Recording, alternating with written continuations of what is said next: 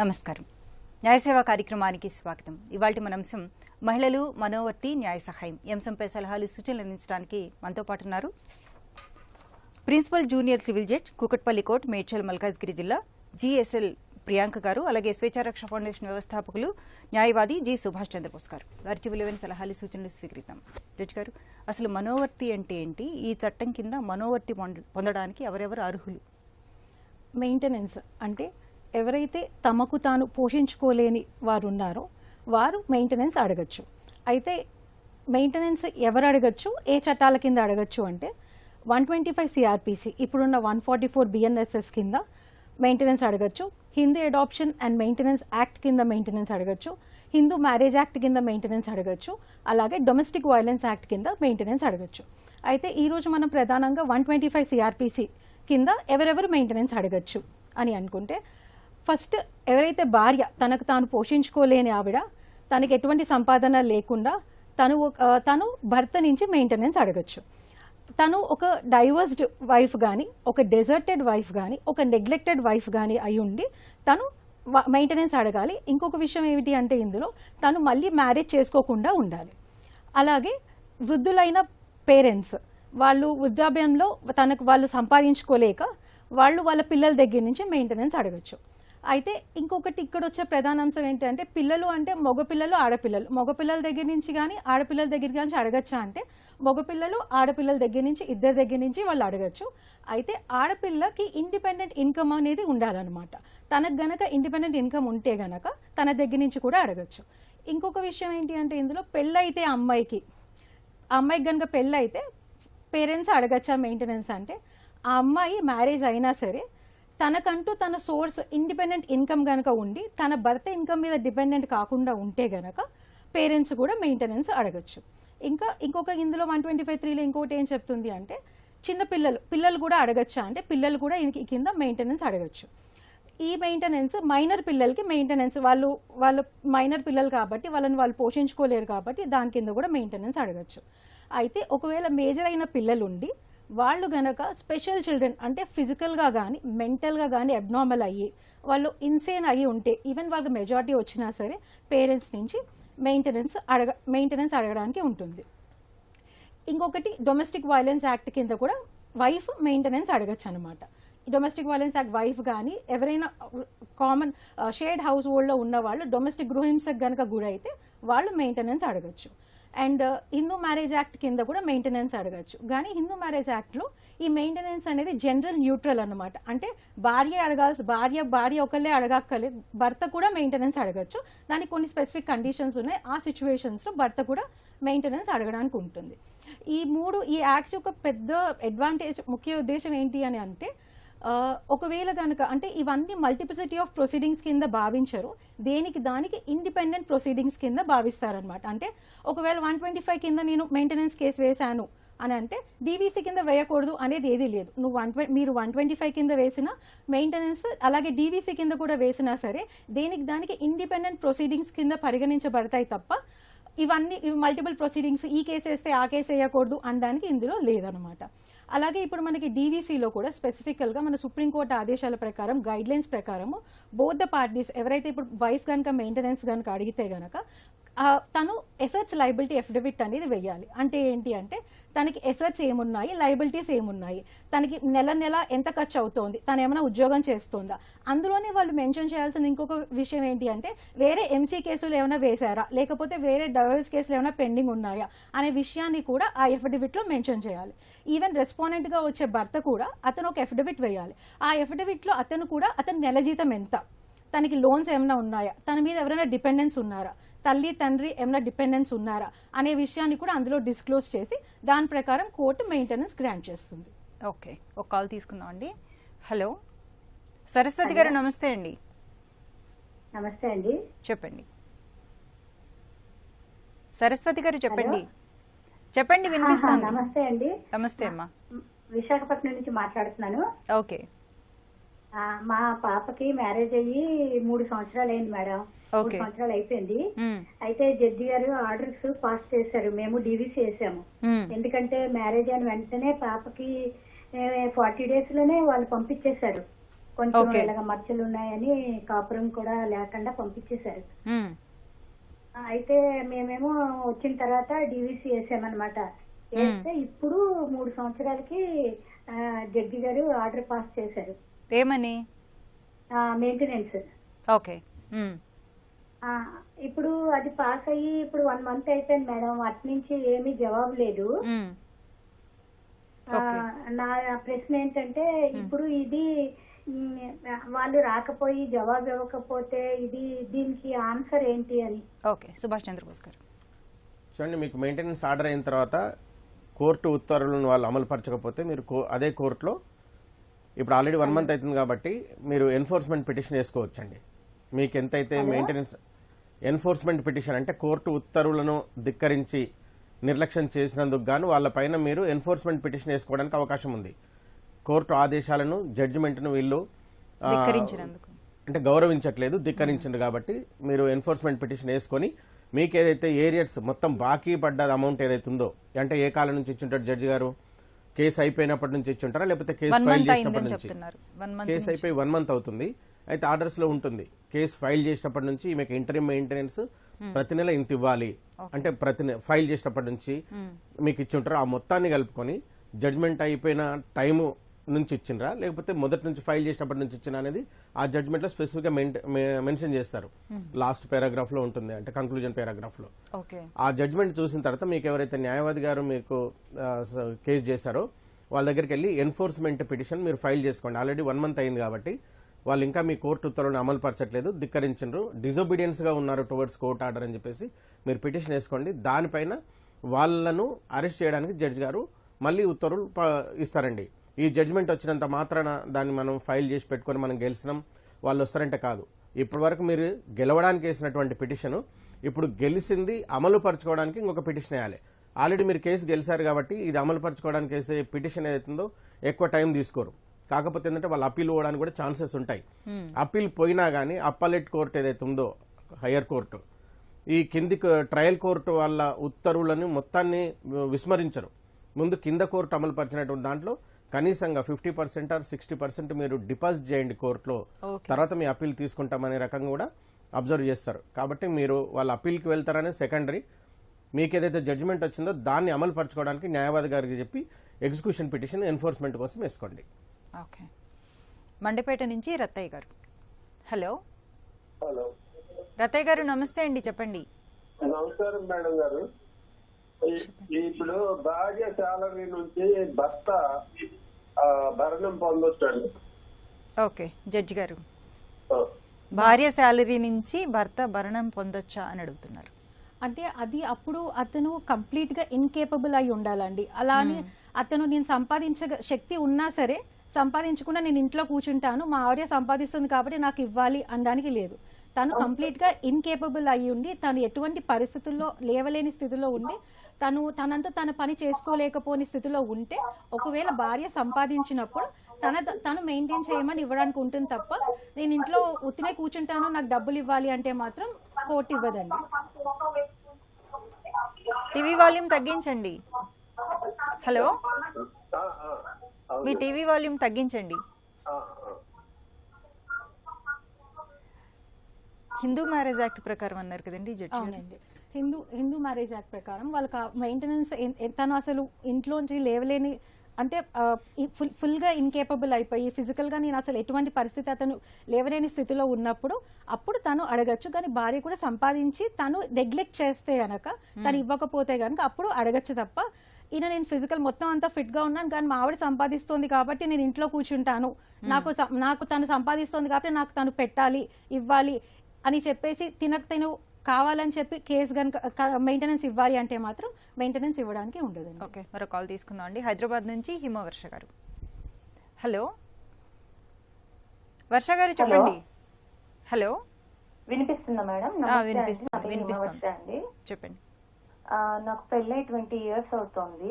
Okay, 6 years back నుంచి నేను మా పుట్టింట్లో ఉంటున్నానండి. ఏ రీజన్ తో అమ్మా? ఏ రీజన్ తో ఉంటున్నారు? మా వారు పంపించేశారు మేడం 2020 మార్చ్ 30th నాడు. అయితే డైవర్స్ కేసు కూకట్పల్లి. ఏ రీజన్ తో పంపించేశారమ్మా? యాక్చువల్లీ నేను సూసైడ్ చేసుకున్నానండి, అందుకోసమని ట్రై చేశారు అంతేనా? చేసుకోవడానికి ట్రై చేశాను. పిల్లలు ఉన్నారా అమ్మా? పిల్లలు ఉన్నారండి, పెద్దవాళ్ళు. పాప అప్పటికి 8th క్లాస్ చదువుతున్నాను, బాబు 6th క్లాస్ చదువుతున్నాను, 5th క్లాస్ చదువుతున్నాను. ఇప్పుడు పిల్ల పెద్దదైంది, మేజర్. అండ్ నాకు హార్ట్ ప్రాబ్లం ఉంది, పేస్ మేకర్ పేషెంట్ ని. హార్ట్ ప్రాబ్లం చాలా ఎక్కువగా ఉంది. 5500 మెడిసిన్స్ కే అవుతాయి. అండ్ అది ప్రతి ఇయర్ 10 years కి ఒకసారి 12 years కి ఒకసారి హార్ట్ ఆపరేషన్ చేయాల్సి వస్తుంది. అది 12 to 15 lakhs అవుతాయి మేడం. అయితే లోయర్ కోర్ట్ లో వాళ్ళు వేశారు, ఇట్లా సూసైడ్ చేసుకుంది పాపని చదువుకోవడానికి లేదా బిహేవియర్ కో దేనికో దానికి నేను తిట్టాను కొట్టాను అని, అండ్ బొల్లులు బొద్దింకలు బాత్రూమ్ లోకి పంపించానని, ఇట్లాంటి చిన్న చిన్నవి అన్ని రాంగ్ ఎలిగేషన్స్ వేశారు.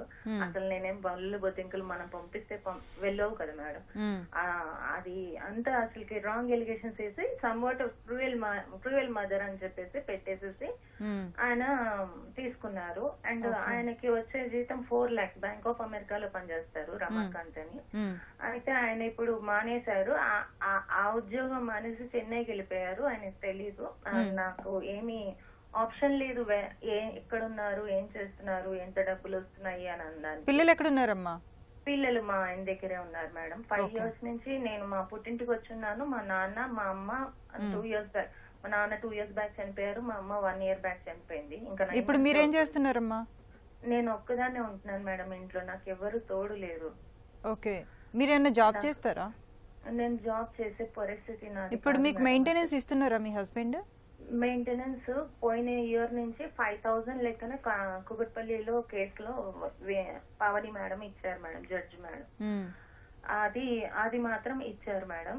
అది కూడా 3 installments లో ఇస్తాను అని చెప్పి 1 year నుంచి ఇస్తున్నారు, 6 years నుంచి ఇవ్వలేదు. ఇప్పుడైతే నాకైతే ఆ 5000 అన్నది సరిపోదు మేడం, అసలు ఎట్టి పరిస్థితుల్లో సరిపోదు. 5500 మెడికల్ బిల్సే అవుతున్నాయి. నేను హైకోర్టులో అపీల్ చేశాను హయ్యర్ దానికోసమని, బట్ అసలు అంటే ఇంకా కంప్లీట్ స్టార్టింగే కాలేదు మేడం. లాయర్ స్టార్ట్ చేయాలి, మినిమం అమౌంట్ కూడా లేదు మేడం. నేను లాయర్ కి ఫీజు ఇవ్వడానికి కూడా నాకు ఆప్షన్ లేని పొజిషన్. అండ్ నా హార్ట్ ప్రాబ్లం వల్ల నేను ఏది అంటే ఒక ఫ్లోర్ కన్నా మెట్లు ఎక్కలేను, దూరం నడవలేను. సుభాష్ చంద్రబోస్ గారు, ఓకే అండి, మీరు డీవీసీ కేసులో మెయింటెనెన్స్ ఆర్డర్ అయిందమ్మా మీకు? కుకట్పల్లిలో కోర్టు ఎక్కడైనా కానీ డీవీసీ కేసులో అయిందా? మెయింటెనెన్స్ డీవీసీ కేసులో అయింది. కేసు ఇంకా అయిపోలేదు మీది? డైవర్స్ కేసు కాలేదు. డైవర్స్ కేసు ఏంటి రీజన్ అన్నది చెప్పట్లేదు, ఓన్లీ డైవర్స్ కాదండి. ఇప్పుడు మీరు మెయింటెనెన్స్ అన్నారు కదా, డీవీసీ డొమెస్టిక్ వైలెన్స్ కేసులో అయిందా? కేసు అయిపోయిందా? నేనేం వేయలేదు సార్, నేను డొమెస్టిక్ వైలెన్స్ నేనేం వేయలేదు, ఆయన ఓన్లీ అతను డైవర్స్ ఒకటి ఫైల్ చేసిండ్రు, ఫైల్ చేశారు. దాంట్లో మీకు ఇంటర్ మెయింటెనెన్స్ అయిందా? రాంగ్ ఎలిగేషన్స్ వేయలేదు. రాంగ్ ఎలిగేషన్స్ కాదండి, చట్టాన్ని ఉన్న అంటే మనకు ప్రివిలేజ్ ఉంది, విక్టిమ్ అగ్రీవ్డ్ ఉమెన్ ఎవరైనా వేసుకోవచ్చు ఫాల్స్ అలిగేషన్స్. ప్రతి కేసు ఫాల్స్ అలిగేషన్ కాదు, ఎవరైనా పెట్టినా ఇది వాస్తవాన్ని పెడతారు. అంటే మీరు డైవర్స్ కేసులో మీకు ఇంటర్ మెయింటెనెన్స్ ఆర్డర్ అయిందా? అవునండి సార్. ఓకే, డైవర్స్ కేసులో అసలు రీజన్స్ ఇంకా ఇప్పటి వరకు చెప్పలేదు, 6 months నుంచి వాయిదా వేసుకుంటున్నారు. ఓకే అండి, అది వేరు. అక్కడ కోర్టులో ఉన్న అంశం, మీరు డైవర్స్ కేసులో మీకు ఇంటరీమ్ ఆర్డర్ అయ్యింది, నెలకు 5000 రూపాయలు వస్తున్నాయి అనేది ఇప్పుడు మీరు చెప్పిన దాన్ని బట్టి సారాంశం. అయితే మీరు గృహహింస నిరోధక చట్టం అని, మహిళల సంరక్షణ అనే చట్టం ఒకటి ఉంది, డొమెస్టిక్ వైలెన్స్ కేసు. ఇప్పటి నుంచి మీరు దూరంగా ఉన్నా సరే, మీకు కావాల్సినటువంటి మీ భర్త ఏదైతే హయ్యర్ ఇన్కమ్ ఉంది, more than 4 lakhs, అప్పుడు మీకు తెలిసిందే more than 4 lakhs అంటే ఆల్మోస్ట్ హయ్యర్ ఇన్కమ్ ఉంటుంది. కాబట్టి రజనీష్ వర్సెస్ నేహా అనే కేసులో సుప్రీంకోర్టు గౌరవ న్యాయస్థానం సుప్రీంకోర్టు వారు చాలా అత్యద్భుతమైన తీర్పునిచ్చారమ్మా. దాని ప్రకారం మీరు అసెట్స్ అండ్ లయబిలిటీస్, ఇంతకుముందు జడ్జి గారు చెప్పినట్టుగా మీకున్న రెస్పాన్సిబిలిటీస్, మీకు కాదండి, ఒక అఫిడవిట్ ఉంది, ఫార్మేట్ ఉంటుంది. ఎస్, ఖచ్చితంగా నిరూపించనని కోర్టు కూడా ఏమనుకోదు. ఎందుకంటే ఇప్పుడు చాలా మంది ఆన్లైన్ సాఫ్ట్వేర్ జాబులు చేసేటప్పుడు మనం నిరూపించే పరిస్థితులు లేదు. కాకపోతే మీరు ఇంతకుముందు ఏదైతే ఎర్లియర్గా ఉన్న కెపాసిటీ అతన్ని మనం ప్రూవ్ చేయగలిగితే, ఎర్నింగ్ కెపాసిటీ ఎర్లియర్ ప్రూవ్ చేయగలిగితే కోర్టు ఒక ప్రెజంప్షన్కి వస్తుంది. 5 సంవత్సరాల క్రితం ఇతను సంపాదించగలిగిండు అంటే తను ఇంకా సీనియారిటీ ఎక్స్పీరియన్స్ గెయిన్ చేసుకొని మినిమం కోర్టు ఒక ప్రిజమ్ చేసుకోగలుగుతుంది. అప్రిసియేషన్ ఆఫ్ ఫ్యాక్ట్స్ అంటారు ఎవిడెన్స్ యాక్ట్ ప్రకారం. ఆయన చెప్తున్నారు పిల్లలిద్దరు నా దగ్గర ఉన్నారు కాబట్టి ఎస్, పిల్లలిద్దరిని ఇంతకు ముందు సిఆర్పిసి ప్రకారం మైనర్ కాబట్టి నాకు ఇక్కడ అమౌంట్లు ఎక్కువ అవుతాయి, నేను ఇల్లు కట్టుకున్నాను 60 లక్షలు తీసుకొని, నా హౌసింగ్ లోన్స్ ఉన్నాయి, అవి ఉన్నాయి ఇవి ఉన్నాయి, సో నేను ఇంతకన్నా ఇవ్వలేను అని చెప్తున్నాను. అవునండి, ఇంతకు ముందు సిఆర్పిసి ప్రకారం బలవంతంగా డైవర్స్ ఇచ్చేస్తున్నారు వితౌట్ ఎనీ రీజన్. ఓకే అండి, ఆ కోర్టులో ఉన్నది మనం ఇక్కడ ప్రస్తావించకుండా మీకు ఏదైతే మెయింటెనెన్స్ అంటే భరణం కావాలో దాని గురించి మనం మాట్లాడుకుందాం. పిల్లలు ఇంతకుముందు సిఆర్పిసి ప్రకారం మైనర్ పిల్లలకు మాత్రమే మెయింటెనెన్స్ వర్తించాలనేది ఇంతకుముందు సిఆర్పిసి ప్రకారం ఉన్నటువంటి విషయం. అయితే ఇప్పుడు సిఆర్పిసి తర్వాత బిఎన్ఎస్ఎస్ అనే యాక్ట్ వచ్చింది. సిఆర్పిసి అయిపోయింది జూలై 1, 2024 నుంచి సిఆర్పిసి అనేది మారిపోయి బిఎన్ఎస్ఎస్ యాక్ట్ అని వచ్చింది, భారతీయ నాగరిక్ సురక్ష సంహిత అనేటువంటి చట్టం వచ్చింది. ఆ చట్ట ప్రకారం మైనర్ పిల్లలు కాకుండా వాళ్ళ చదువులు అయిపోయినంత వరకు, ఆడపిల్ల అయితే పెళ్ళి అయినంత వరకు తండ్రి స్థితిని బట్టి వాళ్ళని మెయింటైన్ చేయాలనేది ఆ చట్టంలో ఉన్నటువంటి కొత్త ఒక సెక్షన్ రావడం జరిగింది. దాని ప్రకారం 144 ఇంతకుముందు 145 సిఆర్పిసి 125 సిఆర్పిసి ఏదైతే ఉన్నదో ఇప్పుడు 144 బిఎన్ఎస్ఎస్ యాక్ట్ ప్రకారం మైనర్ పిల్లల్ని పోషించాలి. లెజిటిమేట్ ఇల్లిజిటిమేట్ అనేది మొదటి నుంచి లేదు, ఇప్పుడు కూడా లేదు, రూల్డ్ అవుట్. కాబట్టి పిల్లల సంరక్షణ అతంది. మీకు కావాల్సింది ఏంటంటే బిఎన్ఎస్ఎస్ ప్రకారం మీరు ఒక మెయింటెనెన్స్ చేసుకోండి. గృహహింసకు సంబంధించి కూడా మళ్ళీ జడ్జి గారు చెప్పినట్టు ఇది వేరే ప్రొసీడింగ్, అది వేరే ప్రొసీడింగ్, 2 ప్యారలల్ ప్రొసీడింగ్ ఇనిషియేట్ చేయండి. దేంట్లో ఎర్లియెస్ట్గా మీకు మెయింటెనెన్స్ ఆర్డర్ అవుతుందో ఆ ఆర్డర్ ద్వారా మీకు కావాల్సినటువంటి రిలీఫ్ తీసుకోవచ్చు. అంటే ఈ గృహహింస నిరోధక చట్ట ప్రకారం protection of women from domestic violence, ఆ చట్ట ప్రకారం నాట్ ఓన్లీ మెయింటెనెన్స్, మీరు ఆర్డర్ మ్యాట్రిమోనియల్ లైఫ్లో మీరు ఎక్స్పీరియన్స్ చేసినటువంటి మానసిక శారీరక హింసలకు బాధలకు సంబంధించి కాంపెన్సేషన్ పొందడానికి ఆ చట్టంలో వెసులుబాటు ఉంది. మీ మెడికల్ ఎక్స్పెండిచర్ కూడా ఎవ్రీ మంత్లీ అయింది కానీ ఇయర్లీ అయిన మొత్తం ఓవరాల్గా ఒక గ్లాన్స్గా పెట్టేసి మీరు కోర్టు నుంచి ఈ సంవత్సరం నాకు ఇంత అయింది, లేకపోతే నెలకి ఇంత అవుతుంది, ఒక ప్రతి ఖర్చు మీరు ఇంటరిమ్ మెయింటెనెన్స్ పిటిషన్ ద్వారా ఫైల్ చేసుకొని కూడా మీ హస్బెండ్ నుంచి రికవరీ చేసుకోవడానికి ఛాన్సెస్ ఉన్నాయి. కాకపోతే లీగల్గా కాబట్టి ప్రొసీడింగ్ కొంచెం టైం పడుతుంది, బట్ మీకు రిలీఫ్ దొరుకుతుంది. చెన్నై నుంచి పార్వతి గారు, హలో. నమస్తే అండి, మీ అందరికి కూడా నమస్కారాలండి. నమస్తే. నాది మా అమ్మాయి కేసు అండి. మా అమ్మాయి 2010 లో డైవర్స్ తీసుకుంది. అతను పిల్లల కోసం నెల 2015 లో 10,000 ఇవ్వమని ఢిల్లీలో ఉండేటప్పుడు ఢిల్లీ కోర్టు ఆర్డర్ ఇస్తే అది మేము హైదరాబాద్ ట్రాన్స్ఫర్ చేసుకున్నాం. ఈ అమ్మాయి డిప్రెషన్ లోకి వెళ్ళిపోయి ఆ కేసు గురించి పట్టించుకోవట్లేదు. ఫైనాన్షియల్ గా బోర్డు అంత ప్రాబ్లం పడుతుంది. నాకు చూడటానికి అంత వీలుబాటు లేదు. ఇప్పుడు అతను ఢిల్లీలో ఉద్యోగం మానేసి రిషికేశ్ వెళ్ళిపోయాడు. ఇప్పుడు ఆ రిషికేశ్ లో నుంచి ఢిల్లీలో ఆస్తులు ఉన్నాయండి, ఎలా వసూలు చేయాలి? అందరూ అంటున్నారు ఎలా చేస్తారు మీరు, అక్కడెక్కడో రిషికేశ్ లో ఉన్నాడు అతను, బాగా కన్నింగ్ అన్నమాట. అందుకని ఏం చేయాలి నేను? పిల్లలకి మొత్తం అబ్బాయి ఏమో పెద్దోడైపోయాడు, డిగ్రీ చదువుతున్నాడు, ఫీజులే కట్టలేక ఇబ్బంది పడుతుంది. తనేం దాచుకోలేదు డబ్బులు. అది ఇప్పుడు నేను అతని నుంచి వసూలు చేయాలంటే అతనికి 4 ఫ్లాట్లు ఢిల్లీలో ఉన్నాయి. తర్వాత ఉద్యోగంలో కూడా ఉన్నప్పుడు కూడా తనే చూసేది ఎక్కువ వరకు మా అమ్మాయి. ఇలా ఎలాగా వాళ్ళకి నేను ఎలాగా న్యాయం చెయ్యాలి? బిఎన్ఎస్ సెక్షన్స్ కొంచెం చెప్పరా? నేను ఇప్పుడు అది హైదరాబాద్ ఫ్యామిలీ కోర్టులో రన్ అవుతుందండి.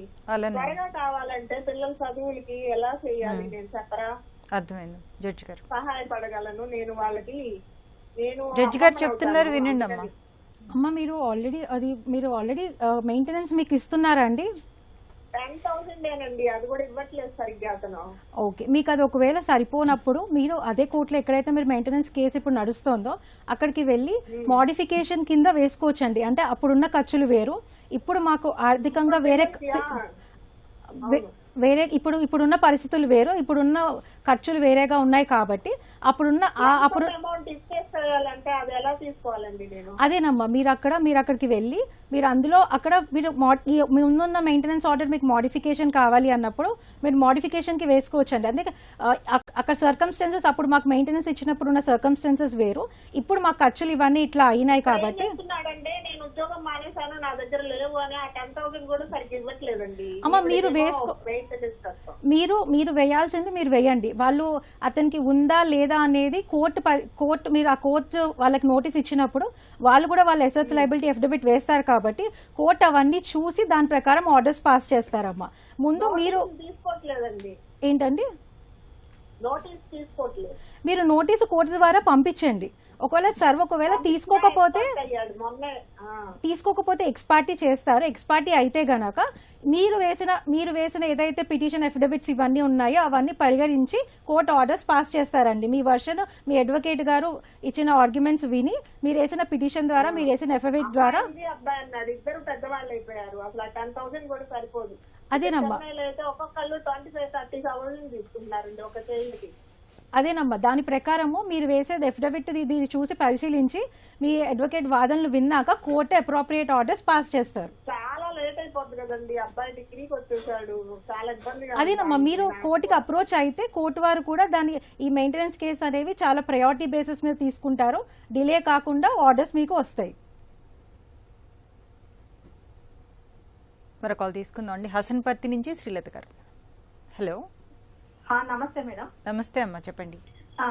మేడం నాకు 2009 లో మ్యారేజ్ అయింది మేడం. ఓకే. 2017 లో పిల్లలు లేరని వాళ్ళు చాలా హరాస్మెంట్ చేసింది మేడం. చేస్తే నేను డివిసి ఎంసీ 498 అన్ని పెట్టాను మేడం. 2019 లో మాకు 2029 లో నేను ఎంసీ చేసిన మేడం. 2019 లో వేస్తే 2021 లో ఆర్డర్ వచ్చింది మేడం 12,000. డివిసిలా 22 వచ్చింది మేడం 6,000 అని. అయితే మెయింటెనెన్స్ కట్టట్లేదు. ఎంసీలో ఏంటిదంటే అటాచ్మెంట్ ఇచ్చింది మేడం, ల్యాండ్ అటాచ్మెంట్ ఇచ్చిండ్రు. మాది వరంగల్ డిస్టిక్, మేము హన్మకొండలో కోర్టులో పెట్టినాం మేడం, హన్మకొండలో.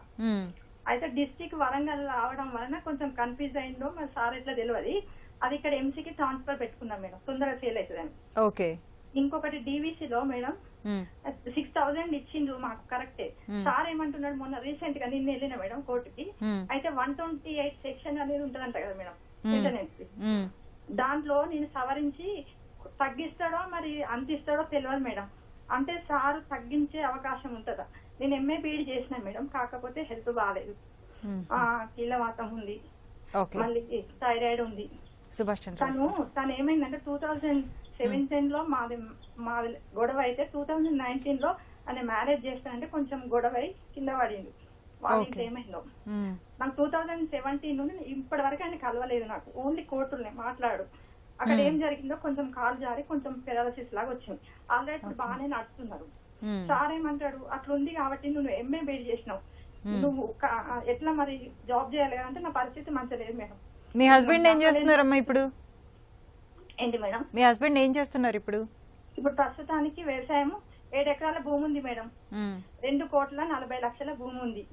ఓకే. రెంట్లు వస్తాయి, వ్యవసాయం చేస్తున్నాడు. నాకు మెయింటెనెన్స్ ఇవ్వట్లేదు. మా మమ్మీ మా నాన్న వికలాంగుడు, మా మమ్మీ మంచంలో ఉంటది.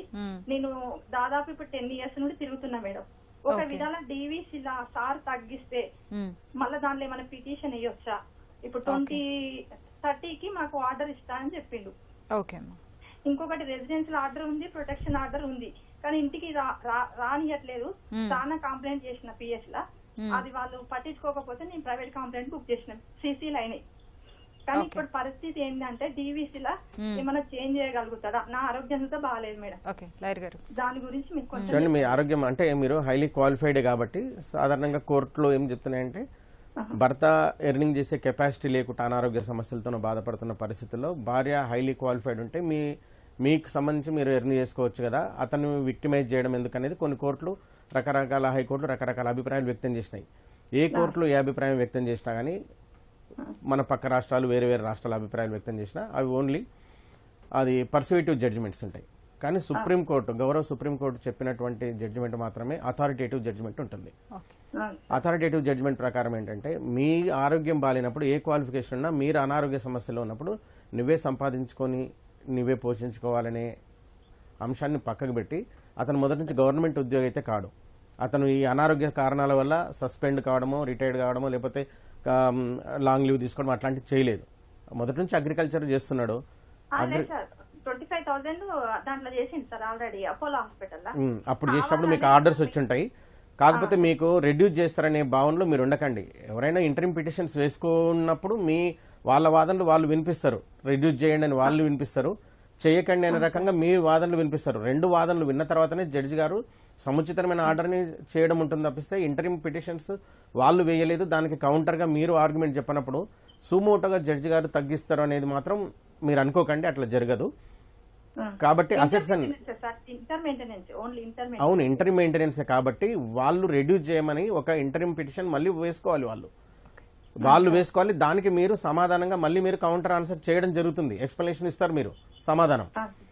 ఇంతకుముందు అయినటువంటి ఇంటరిమ్ మెయింటెనెన్స్ కి వాళ్ళు ఎలాంటి రిడక్షన్ పిటిషన్ వేసుకోకుండా మీరు ఆ భావనలో ఉండొద్దు, అభద్రతలో ఉండొద్దు. మీరు ఎట్లాగో కౌంటర్ వేస్తారు, మీ లాయర్ గారు కూడా లేదు ఈ రకంగా ఉంది, అగ్రికల్చర్ చేస్తున్నారు, ఇన్కమ్ వస్తుంది, ఆ ఇన్కమ్ బేసిస్ మీద మీకు ఇవ్వాలని చెప్పేసి ఇంతకుముందు జడ్జి గారు చెప్పినట్టుగా మీరు అసెట్స్ అండ్ లయబిలిటీస్ పిటిషన్ వేయండి. అతని సోర్స్ ఇంత ఉంది, అతని రెంటల్ వస్తుంది అంటున్నారు. ఇంకొకటి మీరు ఇంకో విషయం చెప్పినారు, షేర్డ్ షెల్టర్ ఇవ్వమని చెప్పేసి కోర్టు ఆర్డర్స్ ఇచ్చిందని చెప్పేసి, దానికి మీరు సఖీ సెంటర్ ఏదైతే ఉందో, మీరు ఎప్పుడైతే మొదలు డీవీసీ కేసు పెట్టినప్పుడు సఖీ కేంద్రానికి వెళ్ళినారో అదే సఖీ కేంద్రం వాళ్ళు ఇంప్లిమెంట్ చేసేది వాళ్ళ మీద బాధ్యత ఉంది. వాళ్ళకి సర్వీస్ ప్రొవైడర్స్ ఉంటారు, సఖీ కేంద్రం వాళ్ళు పోలీస్ హెల్ప్ తీసుకుంటారు డైరెక్ట్గా. మీరు డైరెక్ట్ పోలీస్ స్టేషన్కి వెళ్ళకూడదు, ఇందులో సఖీ కేంద్రానికి వెళ్ళాలి. సఖీ కేంద్రం వాళ్ళు మీకు ఏదైతే కోర్టులో వచ్చినటువంటి ప్రతి ఆర్డర్, ఎవరైతే అగ్రీవ్డ్ విక్టిమ్ ఉమెన్ ఎవరైతే ఉన్నారో ప్రతి ఆర్డర్ ఇంప్లిమెంట్ చేసే సర్వీస్ సెంటర్ సఖీ సెంటర్. సఖీ సెంటర్ వాళ్ళు పోలీస్ హెల్ప్ అండ్ ఎయిడ్ తీసుకొని మీకు కావాల్సినటువంటి షేర్డ్ షెల్టర్ని, ఆల్టర్నేట్ అకామిడేషన్ వాళ్ళు దగ్గరుండి ప్రొవైడ్ చేయడానికి ఎగ్జిక్యూషన్ వాళ్ళు తీసుకుంటారు. మళ్ళీ ఇంకొకసారి మీరు సఖీ కేంద్రానికి వెళ్ళండి, అక్కడ ఉండే వాళ్ళు టీం అంతా కూడా మీకు హెల్ప్ చేస్తారు. అక్కడ మీకు అవకాశం ఉండి విడివిడిగా ఉండడానికి మీకు గదులు కానీ ఎంట్రీ ఆ గేట్లు అవన్నీ విడిగా ఉండి మళ్ళీ కొత్త గొడవలకు కొత్త అవస్కారం లేకుండా ఉంటట్టయితే మీకు తప్పకుండా షేర్డ్ షెల్టర్ అవకాశం ఎగ్జిక్యూట్ చేయడం జరుగుతుంది. మరో కాల్ తీసుకుందాం అండి. గన్నవరం నుంచి వసుంధర గారు. హలో. నమస్తే అండి. నమస్తే అండి, చెప్పండి. అదేనండి, మా పాపకి మ్యారేజ్ 2020లో చేసామండి, కరోనా టైంలో. ఓకే.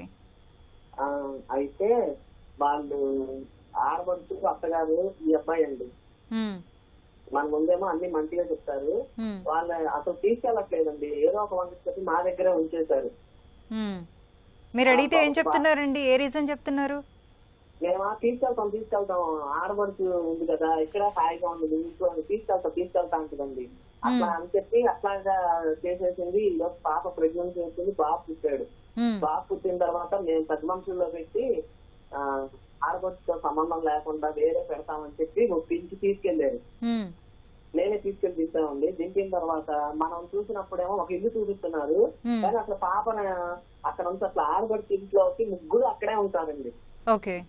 ఈ పిల్లాన్ని కూడా అక్కడే ఉంచి తర్వాత పనులు చేయించి వాళ్ళు పెడితే తినడం లేకపోతే లేదు. మా పాప 10th వరకేనండి, చాలా అమాయకురాలు, మాట్లాడదు సరిగ్గా. మేము ముందు నుంచి మా పాప అమాయకురాలు, 10th చదివింది, జాగ్రత్త అండి జాగ్రత్త అని 10 సార్లు చెప్పేవాళ్ళు, అంత బాగా అర్థమైందండి. అయితేనండి ఇంతకీ తీసుకొచ్చి దింపేశారండి.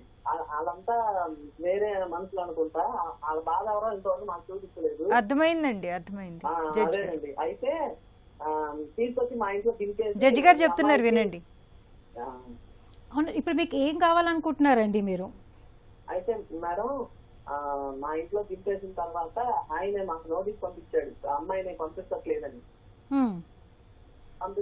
పంపిస్తే అప్పుడు మేము గబగబా వెళ్ళాము, కోర్టుకి వెళ్ళాము. వెళ్తే ఆ మేడం గారు అది వాయిదాలు వేసి అడిగారు, ఏంటి విషయం ఏంటంటే అన్ని చెప్పింది మా పాప.